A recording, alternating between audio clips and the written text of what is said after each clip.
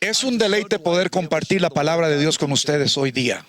Estoy aquí en Denver, Colorado, que es muy cerca de donde yo vivo, y es donde está la base de nuestro ministerio mundial.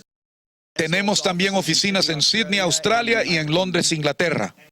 Y Dios nos ha llamado para fortalecer el cuerpo de Cristo y para hacer aquello que Dios nos ha llamado a hacer.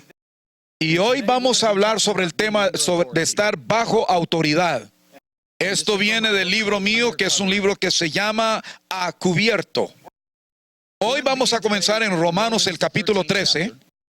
Versículo 1 dice: sométase toda persona. Antes de avanzar, permítame asegurarme de esto. Toda persona, ¿eso lo incluye a usted? Usted dirá, sí me incluye. Sométase toda persona a las autoridades superiores. Leo esto con cuidado, porque no hay autoridad, permítame decirlo de esta forma, no hay autoridad legítima. Hay autoridades ilegítimas. Y Pablo lo hace en forma clara. No les damos ni siquiera una hora de estar sujetos a ellos. Porque no hay autoridad sino de parte de Dios. Y las que hay por Dios han sido establecidas. De modo que quien se opone a la autoridad, a lo establecido por Dios resiste, y los que resisten acarrean condenación para sí mismos. Cuando hemos nacido de nuevo, nos encontramos con Dios por medio del Señor Jesucristo.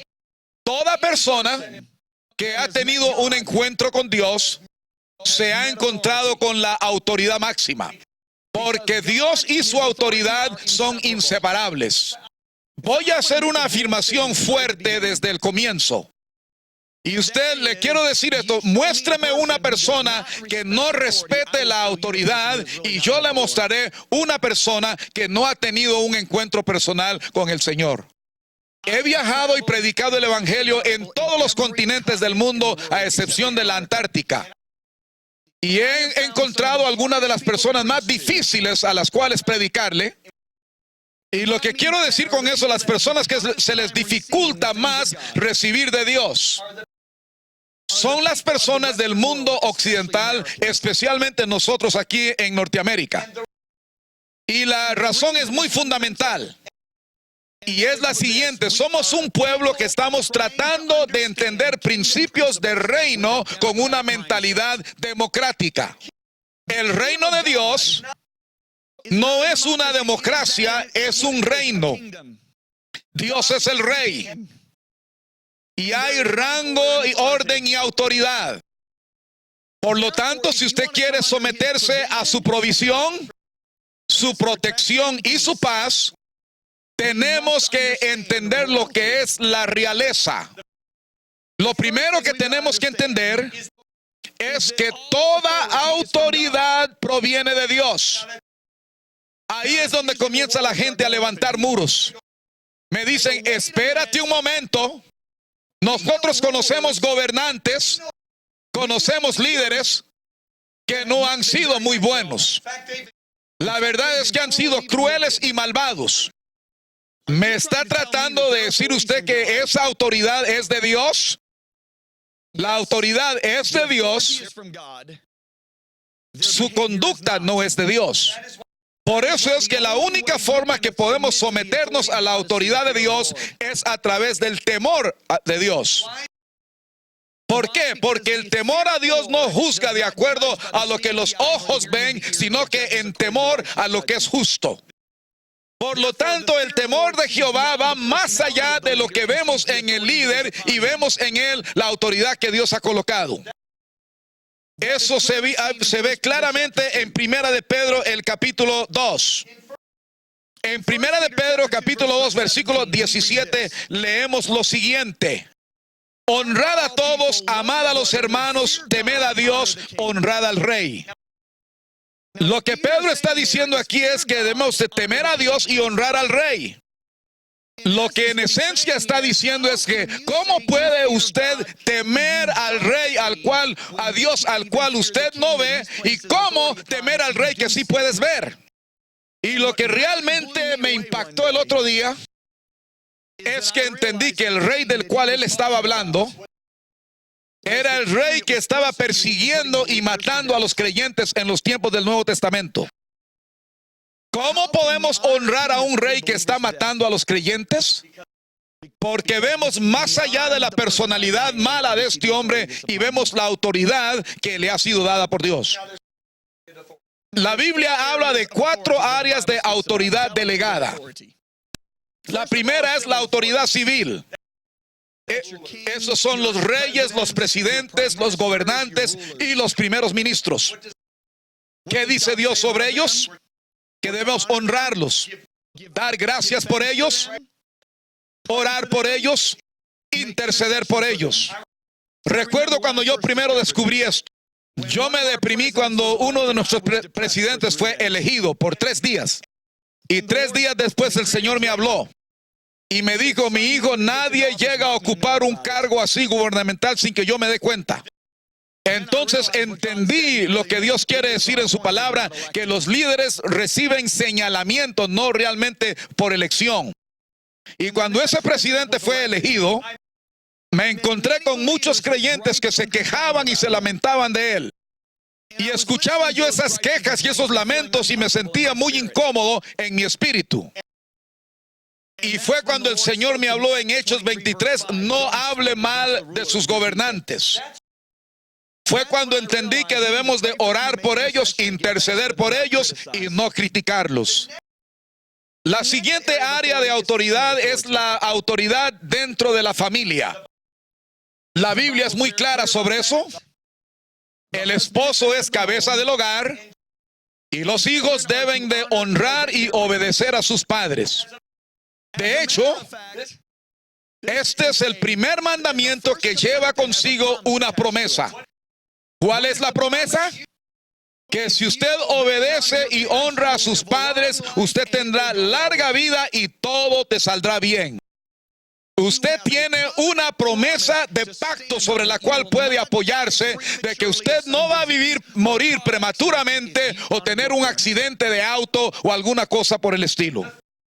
La tercera área de autoridad es autoridad social. Nuestros jefes, nuestros maestros, etcétera. En el versículo 18, Pedro habla sobre eso. Él dijo: criados, empleados, están sujetos a vuestros amos, o sea, a vuestros jefes. Con todo respeto, ahí está el respeto a Dios. No solamente a los buenos y los afables, sino también a los difíciles. La palabra ahí griega para difíciles quiere decir personas malas, violentas y malvadas. ¿Por qué nos dice Dios que nos sometamos a líderes violentos? 3 razones. Número 1, esto abre el paso para el juicio justo de Dios. Número 2, fortalece tu carácter. Y número 3, te pone a ti en el lugar para ser bendecido. Si usted lee capítulos 2, 3 y 4, lo verá claramente. La cuarta área de autoridad de la que quiero yo enfocarme este día es la autoridad eclesiástica o en la iglesia. Vamos a pasar el resto de esta sesión en eso y realmente nos vamos a profundizar en ello. Hebreos capítulo 13 y el versículo 17 dice lo siguiente: obedeced a vuestros pastores y sujetaos a ellos, porque ellos velan por vuestras almas. Vemos aquí que son líderes espirituales, como quienes han de dar cuenta, para que lo hagan con alegría y no quejándose, porque esto no es provechoso, os es provechoso. Note para quién no es provechoso. No es para el líder, sino que es para usted si usted no es obediente. Permítame declarar esto en forma clara. No hablo esto para el bien de los líderes. Tengo una familia maravillosa. Tengo un personal de 23 empleados que son maravillosos. No soy un pastor, viajo 200,000 millas alrededor del mundo predicando el evangelio. Así es que no soy un líder que estoy tratando de golpear o castigar a la gente y llevarla de esa forma a la sujeción. Más bien hablo como uno que está y ha estado bajo autoridad todo el tiempo. En los años de los 80 yo trabajé para 2 ministerios internacionales. Uno tenía un personal de 150 miembros y el otro de más de 400. Cometí errores graves y pagué por ellos. Sufrí por ellos y no quiero ver a nadie sufriendo. Porque Romanos dice que los que resisten la autoridad traen juicios sobre ellos mismos. Esta sesión es para evitar que usted sufra castigo autocastigado. Noten que Pablo dice, obedeced a vuestros pastores y sujetaos a ellos. Diga esto conmigo, obedeced y diga, sea sujeto. Hay una diferencia en la obediencia y la sujeción. ¿Cuántos saben que usted puede obedecer, pero a la misma vez no estar sujeto? Yo recuerdo cuando aprendí esto por vez primera. Trabajaba para una iglesia muy grande, internacional, en Dallas, Texas. Teníamos 8,000 miembros y mi pastor y su esposa me pidieron que viniera a trabajar con ellos y que fuera su asistente ejecutivo. Ese fue un título grande para el trabajo de un sirviente. Mi trabajo era atender sus asuntos personales, comprar sus alimentos, levantar sus hijos, llevarlos y traerlos a la escuela, llevar su ropa a la tintorería, etcétera, etcétera. El primer año y medio fue una luna de miel. A mí me gustó mucho. A veces me encontraba llorando, diciendo, Señor, de 8,000 miembros, ¿por qué fue que yo fui elegido para servir a estos siervos tuyos? Después de un año y medio, la luna de miel fue pasando. Ahora comienzo a volverme a ofrecer críticas de mi pastor. Pensé que estaba haciéndolo como discernimiento, pero realmente lo hacía como crítica. Cualquier persona puede criticar. Todo lo que usted necesita son 2 ojos y una mente carnal. Pero el discernimiento verdadero está arraigado en el amor de Dios. Porque Filipenses capítulo 4, verso 1 al 9 dice que nuestro amor debe de abundar en todo discernimiento. El verdadero discernimiento está arraigado en el amor de Dios. Así es que la próxima vez que usted piensa que está discerniendo algo sobre alguien, hágase la pregunta, ¿estaría yo dispuesto a morir por ellos? Porque el amor de Dios da su vida. Si no estás dispuesto a dar tu vida por ello, la verdad del caso es que no estás discerniendo, sino que estás siendo crítico. Así es que yo me puse a criticar mucho a mi pastor, aunque yo pensaba que estaba discerniendo cosas. Pasé 6 meses y no recibí absolutamente nada de todo lo que mi pastor predicaba. Y él era uno de los grandes predicadores aquí en Estados Unidos. Pero semana tras semana, sentado en el mismo lugar, nunca recibí absolutamente nada de lo que él predicaba. Así es que la palabra que flotaba en mi casa era esta: no me están alimentando. Lo dije por meses. Finalmente salimos a cenar una tarde con otra pareja que asiste a la iglesia. El esposo también era miembro del personal de la iglesia. Y en la cena yo empecé a hablar de esto. Le dije, ¿sabe? Ya yo no siento que me están alimentando. Y ellos también, tampoco nosotros sentimos que estamos siendo alimentados. Y eso nos golpeó. Por la siguiente hora, hablamos sobre el tema del por qué es que no estábamos siendo alimentados. Una conversación muy mala. Y nosotros determinamos lo siguiente: que Dios estaba preparándonos para lanzarnos a nuestro propio ministerio y aparentemente nos estábamos secando. Así es que cuando nos fuimos de ahí, no nos iba a hacer falta la enseñanza o la predicación en esa iglesia. Así es que mi esposa y yo nos fuimos contentos esa noche A los 2 días estoy en oración y el Espíritu Santo me habló. Me dijo, el problema no es con tu pastor, el problema es contigo. Cuando Dios dice algo así, usted piensa, Señor, ¿estás seguro que no te equivocaste de persona? Este es John, yo te amo. Pero he aprendido algo. Y es lo siguiente. En 1 de Juan capítulo 3 la Biblia dice que cuando Cristo regresa, nosotros vamos a ser exactamente igual que Él. Así es que si vamos a ser iguales que Jesús cuando Él regresa, eso quiere decir que alguno de nosotros va a tener que cambiar. Y tengo noticias para los que no lo pueden descifrar. No va a ser Él.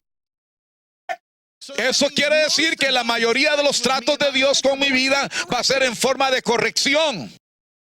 Pero Él corrige a aquellos que Él ama. Por eso Pablo dice que debemos de reprender, corregir y reprender. La mayoría es corrección. Señor, digo, el problema no es con el pastor, el problema es contigo. Y le pregunté, pero Señor, ¿por qué es que el problema es conmigo? Y me dijo mi hijo, ¿qué es lo que dice Isaías 1, 18 y 19? Que si eres obediente, comerás del fruto de la tierra. Me dijo, deténgate ahí, que ahí está tu problema. Le dije, Señor, soy obediente, yo hago todo lo que me piden que haga.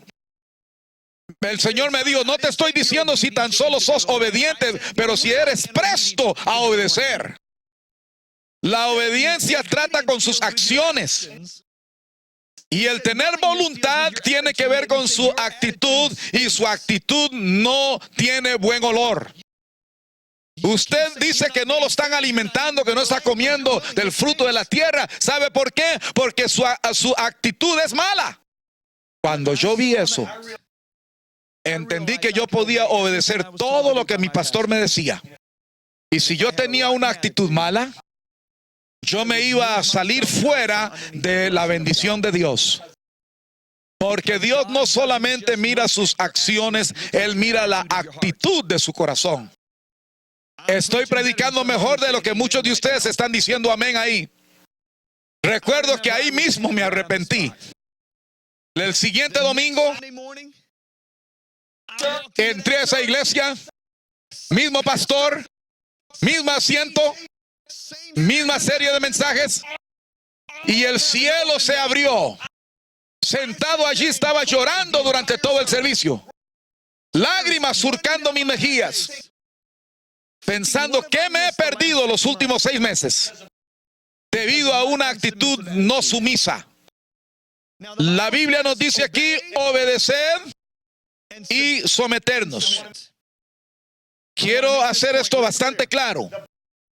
La Biblia nos enseña sumisión incondicional. No nos enseña sobre la obediencia incondicional.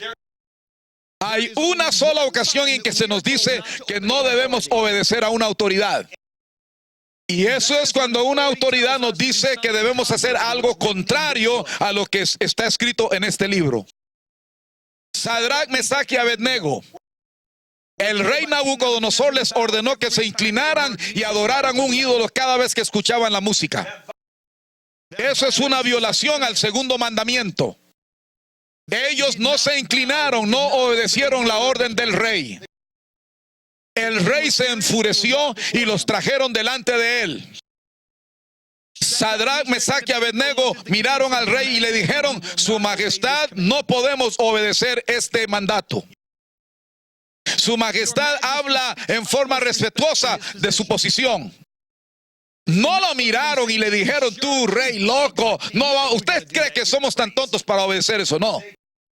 Mantuvieron un corazón sumiso, pero aún así no obedecieron la orden del rey. Vayamos a Números, el capítulo 12. Esto les va a gustar mucho. Números 12. Leemos desde el versículo 1. No vayamos más allá. ¿Quién es Miriam? O María es la hermana mayor de Moisés. También es una profetisa. María y Aarón. ¿Quién es Aarón? Es el hermano mayor de Moisés. Y también es un sumo pontífice. Así es que estamos hablando aquí de dos personas de peso completo en este campamento. 3 millones de personas en esta iglesia. Y estamos hablando aquí del pastor Moisés, de su hermana mayor y su hermano mayor Aarón, el sumo pontífice. Vean lo que dice: María y Aarón hablaron contra Moisés a causa de la mujer cusita que había tomado, porque él había tomado mujer cusita. Así es que María y Aarón criticaron a Moisés por haberse casado con una mujer de procedencia del África. Lo que tenemos que preguntarnos es: ¿estaban ellas correctas en lo que decían? La respuesta en realidad es sí. Dios no quería que se casaran fuera de los descendientes de Abraham. ¿Por qué? Porque él estaba conservando la simiente. Antes de avanzar más, permítanme decir esto. Toda enseñanza en el Antiguo Testamento tiene que ser vista a la luz de la cruz. La cruz o bien la cambiará, o la elimina, o la deja igual. Traemos la alabanza a la cruz y lo deja igual. Traemos el sacrificio de corderos a la cruz y los elimina. Traemos el ministerio profético a la cruz y lo que hace es darle una revisión. Dios nos lo dice en Hebreos, que Dios habló a los padres a través de los profetas. Pero en estos últimos días nos ha hablado a través de su Hijo Jesús. Y hay un solo mediador entre Dios y los hombres, Jesucristo el justo. En el Antiguo Testamento, el recibir de Dios, tenía uno que ir con un profeta. En el Nuevo Testamento, si necesitamos consultar con Dios, vamos directamente al trono en el nombre de Jesús. Profetas en el Nuevo Testamento nos han sido dados para confirmar lo que Dios ya ha colocado en nuestro corazón. No tenemos que buscar un profeta para oír la voz de Dios. Y todo el pueblo dice amén. Así es que el ministerio profético ha sido revisado. Tomamos esta enseñanza de no casarse fuera de su raza, la traemos a la cruz y la cruz la elimina.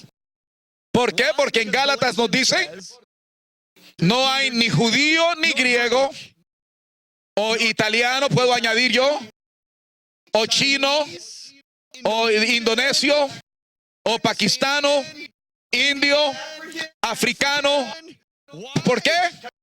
Porque todos somos uno en Cristo Jesús. Hoy día no hay nada de malo con que una mujer india se case con un chino, o un hombre africano casándose con una italiana. Así es que tuvimos que aclarar eso. Lo que María y Aarón están diciendo es la verdad. Están en lo cierto cuando criticaban a Moisés casándose con una mujer procedente de Etiopía. Pero esto es lo que tenemos que entender. Usted podrá estar 100% correcto y estar en el error. Consideremos a Noé. Después del diluvio, Noé se puso a sembrar tierras. Supongo que una noche se deprimió porque era el último aquí en la tierra y se emborrachó en un poco de fruta que había fermentado. Estaba tan embriagado que estaba dentro de su tienda totalmente desnudo, embriagado y desnudo. Su hijo menor entró a su carpa, a la tienda de Noé, ve a su padre borracho y desnudo y se ríe de él y sale y le dice a todo el mundo. Ahora, todo el mundo en ese tiempo era Shem y Ham, su hermano. Y le dice a su hermano: ¿saben? Dios está mi papá está borracho y desnudo. Shem y Jafet son sabios. Ellos toman una ropa y la ponen sobre su hombro y caminan retrocediendo y cubren la desnudez de su padre, rehusando ver su desnudez. A la mañana siguiente, Noé despierta y una maldición es proferida sobre el hijo menor de él. Y esa maldición se ha transmitido de generación en generación en generación. Y saben lo asombroso de esto, que cuando llegamos al Nuevo Testamento, en Hebreos capítulo 11, encontramos a Dios ahí hablando cosas buenas de Noé. El hombre que estaba desnudo totalmente y borracho, obviamente se había arrepentido. Pero nunca vemos a Dios hablando bien del hijo de él, de Hem. ¿Por qué? Porque su generación fue maldita. Hem estaba en lo correcto. Noé estaba borracho. Hem fue maldecido. Noé fue bendecido. Permítame decir algo. Al estudiar la palabra, yo veo pecados en contra de la santidad de Dios. Y veo pecados en contra de su autoridad. Los pecados contra su santidad no se juzgan tan severamente como los pecados en contra de su autoridad. Noé está borracho, un pecado moral. Y su hijo desecha la autoridad de su padre y él es juzgado. David comete adulterio. 7 días más tarde lo colocan sobre el trono de nuevo. Saúl desobedece a Dios en no acabar a los amalequitas y entonces él pierde su reino y jamás lo vuelve a recuperar. Permítame aclarar esto. Ningún pecado es bueno. La carga del pecado es muerte. Pero tan solo estoy ilustrando que el pecado contra la autoridad de Dios es más severo que el pecado contra su santidad. Permítanme decir esto. Dios usará los errores y aún los pecados de tus líderes para revelar lo que está dentro de usted. Quiero que se detengan por un momento y piensen sobre eso. Shem y Jafet y Hem tenían corazones diferentes. Hem tenía rebelión en su corazón. Si usted tiene rebelión en su corazón y los pecados y los errores de su líder, si usted se regocija, porque usted puede echar eso a un lado y no someterse más a él. Y eso es lo que la rebelión en usted quiere hacer. Pero la persona que está sometida a la autoridad de Dios salta y más bien siente dolor y tristeza y trata de cubrir los errores y los pecados de sus líderes. Pero estos dos hijos de Noé, como David, consideren a David. Dios fue el que puso a David bajo el mandato de Saúl. Recuerden que Saúl fue un líder que masacró o mató a líderes, sus esposas y aún sus hijos. Por el celo de Saúl, David tuvo que vivir en cuevas por largos años. En 1 Samuel, el capítulo 24, Saúl oye que David está en el desierto de En-Gedi. Trae sus 3,000 soldados para matar a este muchacho que era uno de sus siervos. David está en la parte trasera de la cueva esta de En-Gedi. Y sus hombres lo están motivando. David, ha llegado el momento. Usted ha sido ungido para ser el próximo rey.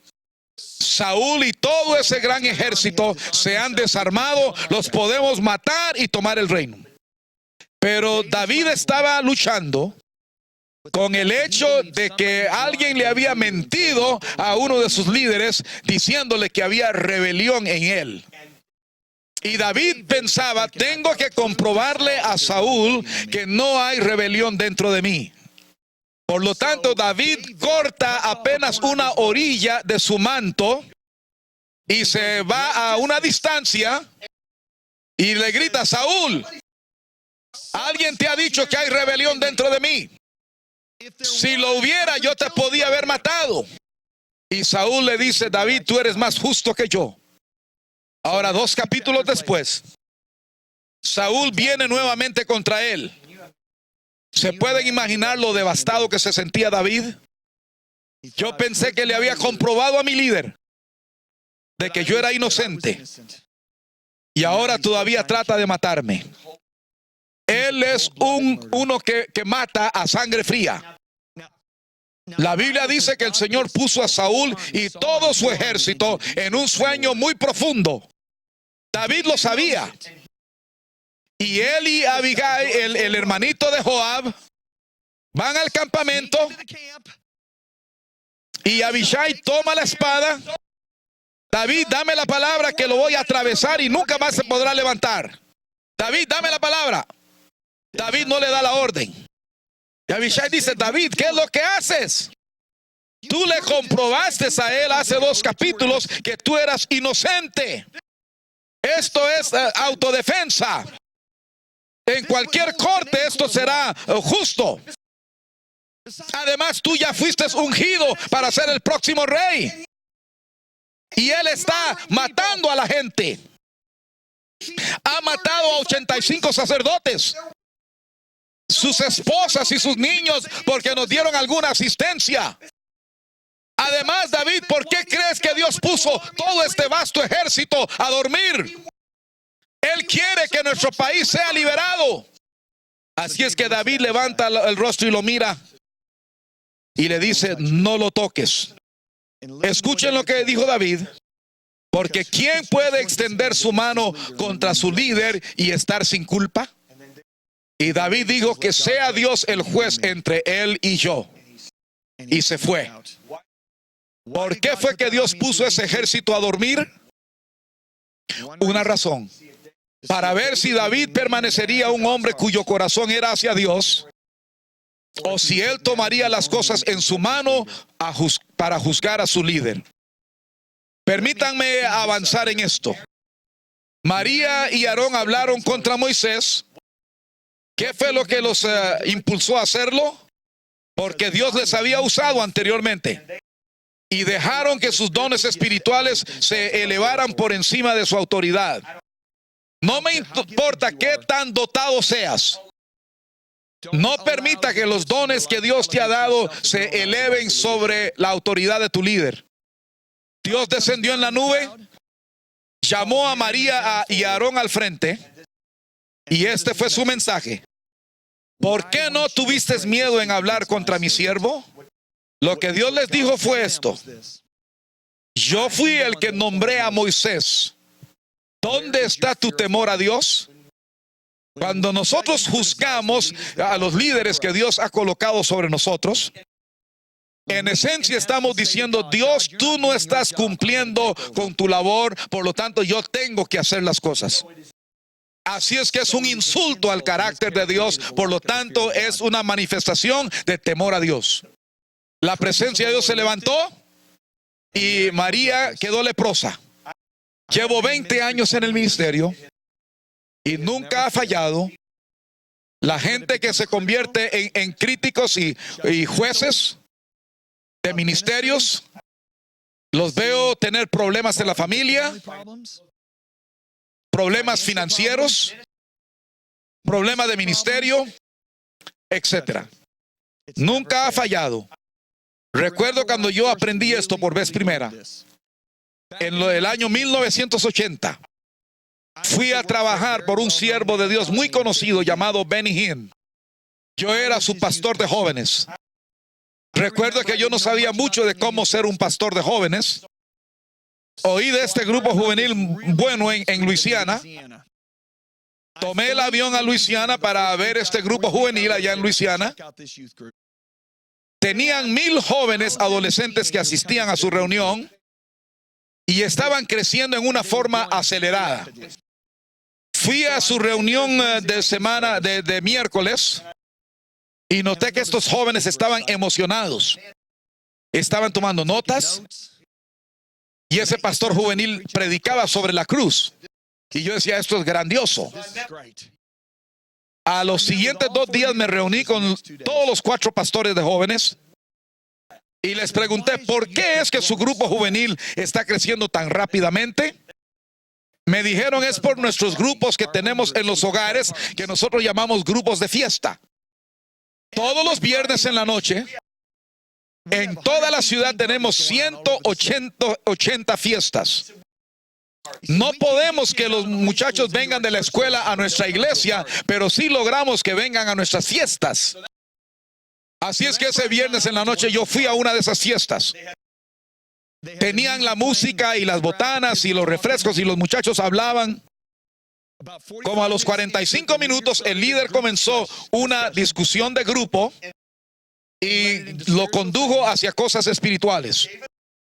Dio una invitación al altar y todos los jóvenes que no eran salvos, que fueron invitados, esa noche se entregaron a Cristo.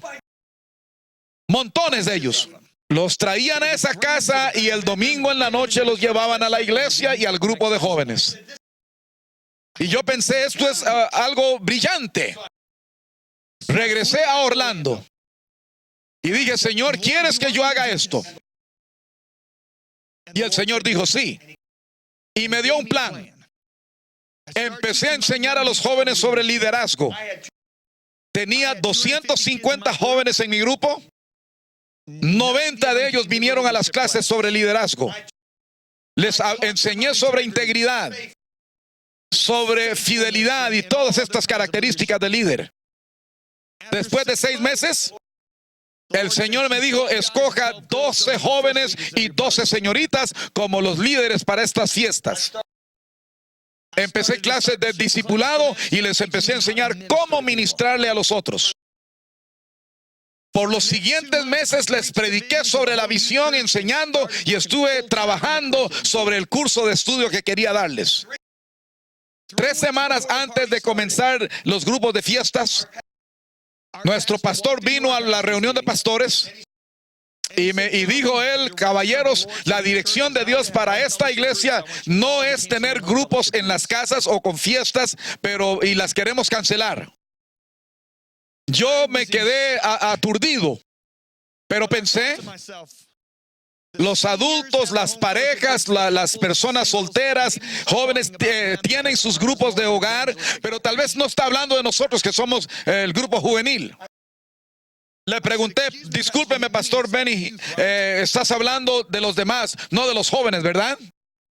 Él me dijo, John, el Señor me habló que la dirección de la iglesia es no tener grupos de jóvenes. No podemos lograr que los jóvenes vengan de la escuela a la iglesia, pero sí vendrían a una fiesta.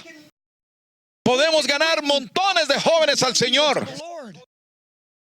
Esto es evangelismo. Podemos alcanzar toda la ciudad. Me dijo, John, el Señor me habló que la dirección de esta iglesia es no tener grupos en hogares. Por 20 minutos estuve yo alegando con él y finalmente me callé. Salí de esa reunión y yo estaba enojadísimo. Manejé a casa. Pensé 8 meses de trabajo. Era el enfoque del grupo juvenil. Y él no va a permitir que la gente sea salva. No puedo que los muchachos vengan de la escuela a la iglesia, pero irían a estas fiestas, oirían el evangelio y serían salvos. ¿Qué quiere decir él que el Espíritu Santo dijo que no tuviéramos grupos? Esto es realmente una pesadilla. ¿Qué quiere decir que el Espíritu Santo me dijo? Dios me dijo a mí hace 8 meses que hiciera esto. Llegué a mi casa. Mi esposa está al puro frente ahí de la puerta. Le dije, mi amor, no lo vas a creer, pero el pastor acaba de cancelar los grupos en los hogares. El trabajo que hicimos por 8 meses, él acaba de eliminarlo. Ella me dijo, bueno, parece que Dios está tratando de enseñarte a ti algo, y se fue. Ahora estaba enojado con mi esposa. Pensé, qué mujer más falta de sujeción. Ella fue a la recámara y yo fui a la cocina. Sentado en la cocina. Y el Espíritu Santo me habló. Me dijo, mi hijo, ¿el ministerio de quién estás edificando? ¿El tuyo o el mío? Le dije, Señor, estoy edificando el ministerio tuyo. Me dijo, no lo estás haciendo. Empecé a alegar con el Señor. Me dijo, mi hijo, cuando yo te puse en este ministerio, te hice una extensión, un brazo de este hombre de Dios. Porque pongo una sola persona como cabeza sobre un ministerio. Cuando usted se enfrente conmigo en el juicio, usted no va a ser responsable por cuántas almas ganaste, pero qué tan fiel fuiste al hombre de Dios al cual yo te puse para que le sirvieras. Me dijo, hijo, podrás ganarte todos los jóvenes en la ciudad de Orlando, pero cuando estés frente de mí vas a ser juzgado por tu rebelión y vas a perder todas esas almas que creíste haber ganado. Cuando él me dijo eso, el temor de Dios se apoderó de mí. Me dijo, si sigues el rumbo que llevas, vas a dividir la iglesia. Corrí al teléfono, llamé al pastor Jim y le dije, hermano, perdóneme. Estoy en rebelión contra Dios. Estoy en rebelión contra usted. Inmediatamente voy a cancelar los grupos en los hogares. Colgué el teléfono y el Señor me dijo, ¿cómo le vas a decir esto a tus líderes? Me vi yo llegando con mis líderes, diciéndoles, saben, hemos trabajado sobre esto por 8 meses, pero el pastor ha cancelado los grupos en los hogares. Y en la visión, los vi a todos a ellos decir, ¿qué? ¡Ah! Todos estaban enojados con el pastor Jim y me vieron a mí como víctima. Y el Espíritu me dijo, ¿es eso lo que vas a hacer? Le dije, no, Señor, permítame decirles algo. Yo tuve que pasar esa prueba. O si no, no estaría donde estoy hoy. No les estaría hablando a ustedes hoy. La única forma de tener autoridad es estar bajo autoridad. Alguien dirá, pero Juan, usted oró sobre esto y Dios te dijo que lo hicieras. Eso es cierto. Él lo hizo para probarme, para ver si yo escucharía la voz de mi pastor 8 meses después. ¿Usted me quiere decir que Dios le diría a usted hacer algo y usted trabaja en ello 8 meses y después de 8 meses Dios te va a decir, no lo hagas? Sí. ¿No le dijo Dios a Abraham que hiciera algo y 3 días después, algo que Abraham tenía la intención de hacer, Dios le dijo que no lo hiciera? Cuando le dijo que sacrificara a su hijo Isaac. Permítame decirle algo. Dios es el que ha establecido la autoridad. Y bajo su autoridad hay provisión, protección y paz. Aprenda a escuchar la voz de Dios. La voz de los líderes que Él ha colocado sobre usted. Amén. Si usted no se somete, tiene una mala actitud o ha sido abiertamente rebelde, inclina tu rostro ahora mismo y haga esta oración conmigo. Padre, perdóname. Estoy en desobediencia a ti. No entendía que al no someterme a aquellos que tú has colocado sobre mí, que al hacer eso yo estoy resistiendo tu autoridad. Perdóname y límpiame. Yo elijo someterme a tu autoridad. En el nombre de Jesús. Amén. Escuchen. Usted va a ser una mejor persona y va a prosperar porque estás bajo la protección divina de Dios. Ha sido un placer compartir la palabra de Dios con ustedes hoy. Les amo con todo el corazón.